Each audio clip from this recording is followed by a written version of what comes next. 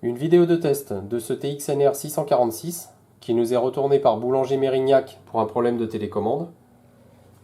Et je fais cette vidéo en fait pour vous montrer qu'il ne s'agit absolument pas d'une panne, mais simplement d'un problème d'utilisation. Et d'utilisation de la télécommande uniquement, ça n'a rien à voir avec l'amplificateur. Donc vous allez voir une chose assez simple, c'est que je vais appuyer sur la touche DVD qui sélectionne le DVD. Et maintenant, je vais appuyer sur la touche Setup. Et vous allez voir que bien que le témoin de la télécommande passe au rouge, la télécommande n'agit absolument pas sur l'ampli. C'est tout simplement parce que cette télécommande est multifonction. Et lorsque j'ai fait l'appui sur DVD, je lui ai demandé d'entrer en fonctionnalité DVD, c'est-à-dire que tous les codes qui vont être envoyés sont censés piloter un lecteur DVD Blu-ray.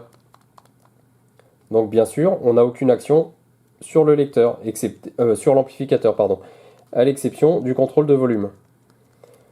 Donc ce qu'il suffit de faire pour récupérer un fonctionnement normal, c'est d'appuyer sur la touche Remote Mode Receiver. On fait un appui simple, et dans ce cas-là, vous allez voir que la fonction Setup permet de réaccéder au menu Setup.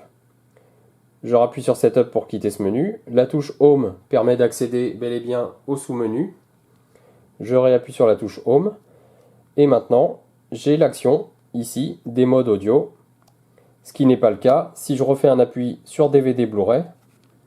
Vous pouvez constater que l'appui sur les touches de mode audio ne pilote pas l'amplificateur, mais c'est censé agir avec des fonctions qui pilotent un lecteur Blu-ray qui correspond à des touches de couleur. C'est des fonctionnalités de Blu-ray.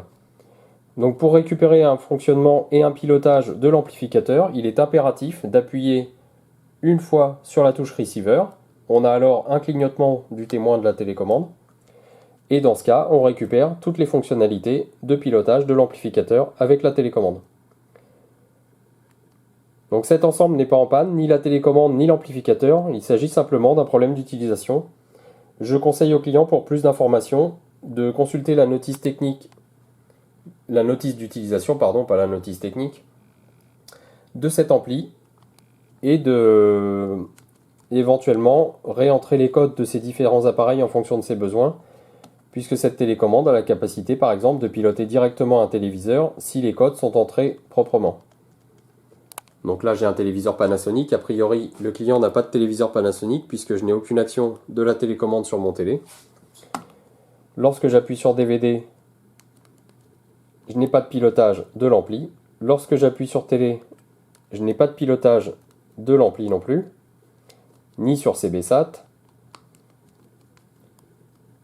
Il suffit simplement donc d'appuyer brièvement sur Remote Mode Receiver et ensuite on a accès à toutes les fonctionnalités de l'amplificateur. Donc consultez la notice pour avoir plus d'informations. Il ne s'agit absolument pas d'une panne. C'est assez étonnant que les clients aient cet appareil depuis 1 an et demi et qu'ils s'aperçoivent de ce phénomène uniquement maintenant. Donc il ne s'agit absolument pas d'un défaut, c'est simplement un problème de compréhension du fonctionnement de cette télécommande. Alors c'est vrai que c'est pas très parlant puisqu'elle n'a pas de touche lumineuse. Il s'agit d'une télécommande d'un ampli de moyenne gamme. Et les touches de fonction, une fois qu'on a fait un appui dessus, ne restent pas illuminées pour dire qu'on est en mode DVD par exemple. Donc le plus simple est d'appuyer systématiquement sur Receiver quand on veut piloter des fonctions de l'ampli. Voilà, je ne peux pas vous en dire plus. Après, il faut se reporter vraiment à la notice dans laquelle il doit y avoir plus d'informations que ce que je viens de vous décrire.